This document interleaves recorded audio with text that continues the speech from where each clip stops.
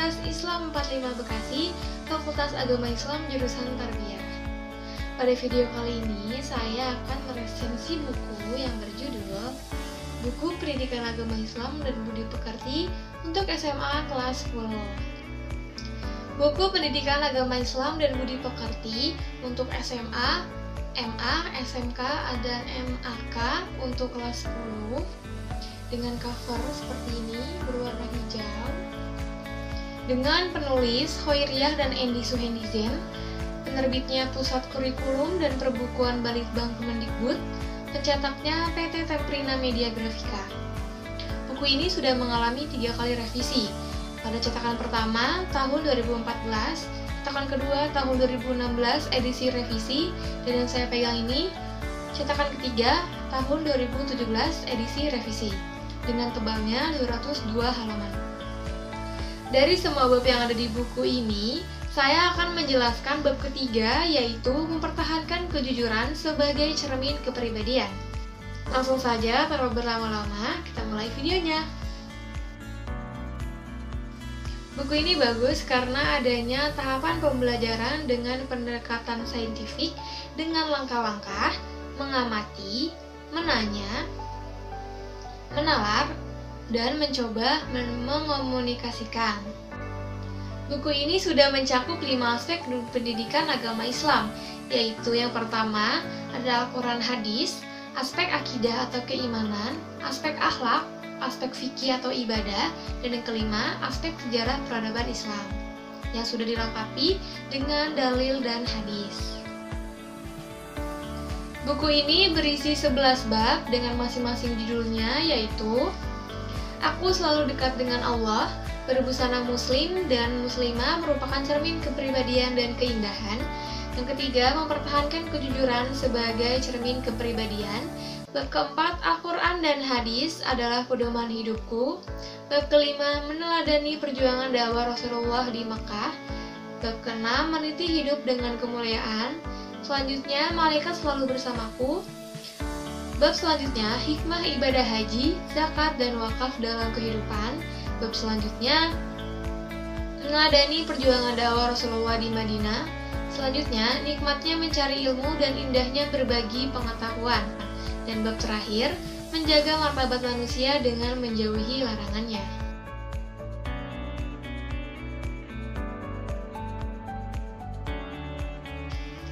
Akhlak terpuji yaitu perilaku baik yang dimiliki seseorang. Perilaku baik tersebut dapat menjadikan dirinya disukai dan dicintai orang lain, sehingga dirinya akan menjadi teladan kebaikan bagi orang lain. Dan sebagai manusia, kita harus berani mempertanggungjawabkan segala perbuatan di hadapan diri sendiri, keluarga, dan Allah Subhanahu wa Ta'ala.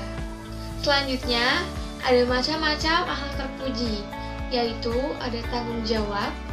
Tanggung jawab merupakan keadaan wajib menanggung segala sesuatu kalau ada sesuatu hal, boleh dituntut, dipersalahkan, diperkara, dan sebagainya. Contohnya, kesepakatan anggota kelas dalam menyusun daftar piket. Yang kedua, ada adil. Adil adalah melaksanakan amanah Allah Subhanahu wa Ta'ala dengan menempatkan sesuatu pada kedudukan yang sebenarnya, dengan tidak menambah atau menguranginya. Contohnya, tidak memprioritaskan suatu hal yang bisa menguntungkan dirinya, tetapi merugikan bagi orang lain. Selanjutnya ada bijaksana, yaitu kemampuan menilai secara benar dan mengikuti petunjuk pelaksanaan yang terbaik berdasar pada pengetahuan dan pengertian. Contoh dari bijaksana ini yaitu mendahulukan kepentingan umum daripada kepentingan pribadi. Selanjutnya ada jujur. Saya akan menjelaskan sedikit merinci tentang hal terpuji jujur ini. Jujur merupakan dalam bahasa Arab dimaknai dengan asidik atau asidik, yang berarti benar, nyata, atau perkataan benar. Secara istilahnya, jujur bermakna kesesuaian antara ucapan dan perbuatan dan kenyataan, ketegasan, dan kemantapan hati. Pembagian sifat jujur menurut Imam Al-Ghazali yaitu ada 3. Jujur dalam niat, yaitu tidak ada dorongan bagi seseorang dalam segala tindakan dan gerakannya selain dorongan karena Allah SWT. Yang kedua, jujur dalam perkataan, yaitu sesuainya berita yang diterima dengan yang disampaikan. Yang ketiga, jujur dalam perbuatan, yaitu beramal dengan sungguh-sungguh sehingga perbuatan zahirnya tidak menunjukkan sesuatu yang ada dalam batinnya dan menjadi tabiat bagi dirinya. Jujur adalah sikap yang tulus dalam melaksanakan sesuatu yang diamanahkan, baik berupa harta maupun tanggung jawab. Orang yang melaksanakan amanah disebut al-amin, yaitu orang yang terpercaya jujur dan setia. Kejujuran itu akan mengantarkan seseorang mendapatkan cinta dan keridhaan Allah Subhanahu wa Ta'ala, seperti sifat Nabi yang patut dicontoh dan yang tidak patut dicontoh. Yang patut dicontoh yaitu sifat sidik, amanah, tabligh, fatonah, dan sifat yang tidak patut dicontoh yaitu kizib, khianat, kitman, baladah. Yaitu dalam surat Al-Maidah ayat ke-8 yang berbunyi, A'udzu billahi minasyaitonir rajim. Bismillahirrahmanirrahim. Ya ayyuhalladzina amanu kunu qawwamina lillahi syuhada'a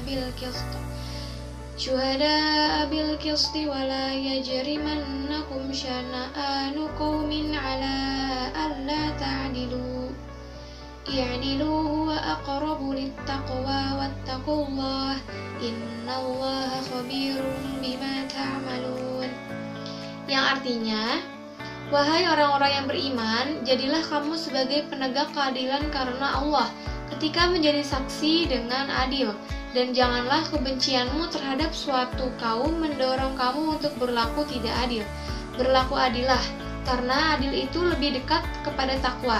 Dan bertakwalah kepada Allah, sungguh Allah maha teliti terhadap apa yang kamu kerjakan. Kandungan dari ayat ini yaitu Allah memerintahkan kepada orang mukmin agar melaksanakan amal dan pekerjaan mereka dengan cermat, jujur, dan ikhlas. Baik pekerjaan yang bertalian dengan urusan agama maupun pekerjaan yang bertalian dengan urusan duniawi. Dalam persaksian, mereka harus adil menerangkan apa yang sebenarnya tanpa memandang siapa orangnya, sekalipun akan menguntungkan lawan dan merugikan sahabat dan kerabatnya sendiri. Selanjutnya ada hadis dari Abdullah bin Mas'ud radhiyallahu an. Rasulullah SAW bersabda, hendaklah kamu berlaku jujur karena kejujuran menuntunmu pada kebenaran dan kebenaran menuntunmu ke surga. Dan senantiasa seseorang berlaku jujur dan selalu jujur sehingga dia tercatat di sisi Allah Subhanahu wa Ta'ala sebagai orang yang jujur. Dan hindarilah olehmu berlaku dusta karena kedustaan menuntunmu pada kejahatan dan kejahatan menuntunmu ke neraka. Dan seseorang senantiasa berlaku dusta dan selalu dusta sehingga dia tercatat di sisi Allah sebagai pendusta. Hadis riwayat Muslim. Kandungan hadis ini adalah dalam sebuah hadis panjang yang berasal dari Syihab diceritakan bahwa ketika Rasulullah akan melakukan penyerangan ke Tabuk, salah seorang sahabat yang bernama Ka'ab bin Malik tidak ikut dari pasukan perang. Ka'ab menceritakan bahwa ketidakhadiran dari peperangan tersebut bukan karena sakit ataupun ada masalah tertentu, namun karena ia merasa enggan untuk bergabung bersama pasukan Rasulullah. Sampai akhirnya ia ditinggalkan oleh pasukan Rasulullah. Sekembalinya pasukan Rasulullah ke Madinah, ia pun bergegas menemui Rasulullah dan berkata jujur tentang apa yang ia lakukan. Akibatnya Rasul menjadi murka dan ia dijauhkan oleh para sahabat yang lain. Setelah selang beberapa hari, kemudian turunlah wahyu yang menjelaskan bahwa Allah telah menerima taubat Ka'ab dan dua orang lainnya, dan Rasul pun telah memaafkannya. Jadi, bagaimanapun keadaan kita, lebih baik berkata jujur daripada berbohong, karena berbohong itu dosa. Selanjutnya ada akhlak tercela. Akhlak tercela itu sikap atau sifat buruk yang dimiliki seseorang. Sifat buruk ini dapat menjadikan seseorang dijauhi atau tidak disukai oleh orang lain. Sifat seperti itu akan sangat merusak dan merugikan dirinya. Oleh karena itu, kita sebagai umat muslim harus menghindarinya.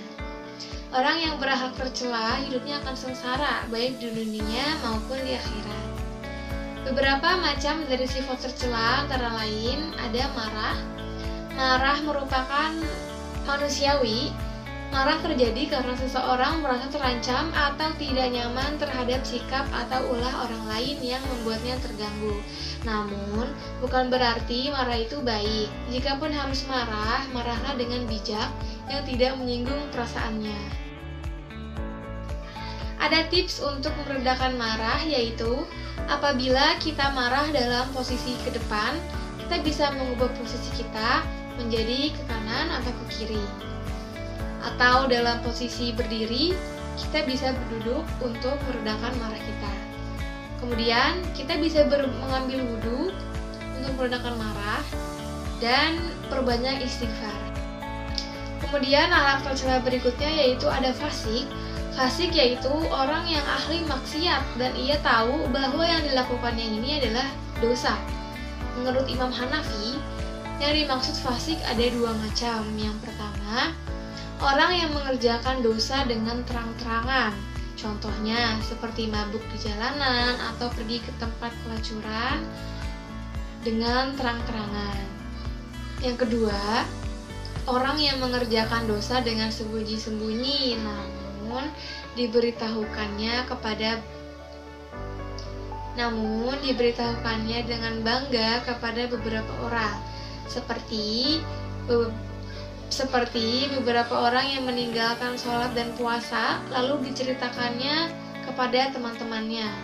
Selanjutnya ada murtad. Murtad yaitu orang yang keluar dari Islam. Menurut M. Ali, murtad adalah tidak setia pada agamanya atau seseorang yang telah membuang imannya. Mengapa bisa terjadinya kemurtadan? Yaitu karena lemahnya iman, kesulitan ekonomi, dan pengaruh lingkungan. Bagaimana akibat orang yang melakukan murtad? Orang yang melakukan murtad ini akan terhapus amalnya, semua amal yang telah dilakukan selama masih menjadi muslim. Nauzubillah min dzalik. Kemudian, kekal di neraka dan tidak akan diringankan azabnya dan mereka tidak diberi penangguhan. Selanjutnya, setelah saya paparkan akhlak terpuji di atas, alangkah baiknya kita mengimplementasikan akhlak terpuji tersebut dalam kehidupan kita sehari-hari. Yaitu, contoh penerapan tanggung jawab dalam kehidupan sehari-hari ini yaitu bertanggung jawab terhadap perkataan maupun perbuatan. Kemudian, menjalankan perintah Tuhan dan agama serta menjauhi larangannya. Kemudian, penerapan perilaku bijaksana dalam kehidupan sehari-hari yaitu tenang dalam menyelesaikan permasalahan yang ada, memberi nasihat kepada teman atau orang yang berbuat salah, dan memberi solusi yang tepat. Selanjutnya, penerapan perilaku adil dalam kehidupan sehari-hari diantaranya menolong orang yang sedang dalam bencana tanpa memandang latar belakang dan strata sosial. Penegak hukum memproses suatu perbuatan melanggar hukum dengan tidak berat sebelah dan tanpa memandang kedudukan pelaku karena semua orang berkedudukan sama di mata hukum. Kemudian ada penerapan perilaku jujur dalam kehidupan sehari-hari yaitu mengembalikan uang sisa belanja meskipun kedua orang tua tidak mengetahuinya.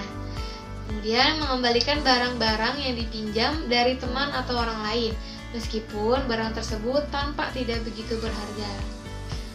Dan terakhir, tidak menjanjikan sesuatu yang kita tidak dapat memenuhi janji tersebut. Kesimpulannya, akidah akhlak di lembaga pendidikan merupakan salah satu implementasi pendidikan Islam dan memiliki kedudukan yang sangat penting.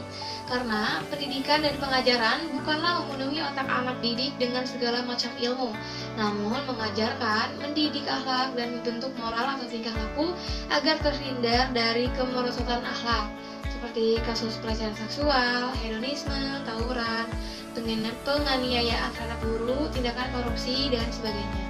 Jika kita mengimplementasikan perilaku baik tersebut, dapat menjadikan kita disukai dan dicintai orang lain. Pikiran kita akan menjadi jernih dan jiwa yang bersih, keyakinan lurus, dan sanggup menghadapi tantangan. Sebab dengan keyakinan yang kuat, manusia akan mendapat derajat yang tinggi. Untuk kekurangan beserta solusinya, menurut saya kekurangan dari buku ini tidak banyak. Hanya yang pertama, rujukan bukunya jika bisa jangan terbit dalam tahun yang lama. Jika bisa, solusinya cari terbitan tahun 2010 hingga ke atas. Dan yang kedua, Untuk latihan siswa, kebanyakan yang saya lihat ini berupa esai. Solusinya, lebih baik jika ada latihan yang berbentuk pilihan ganda.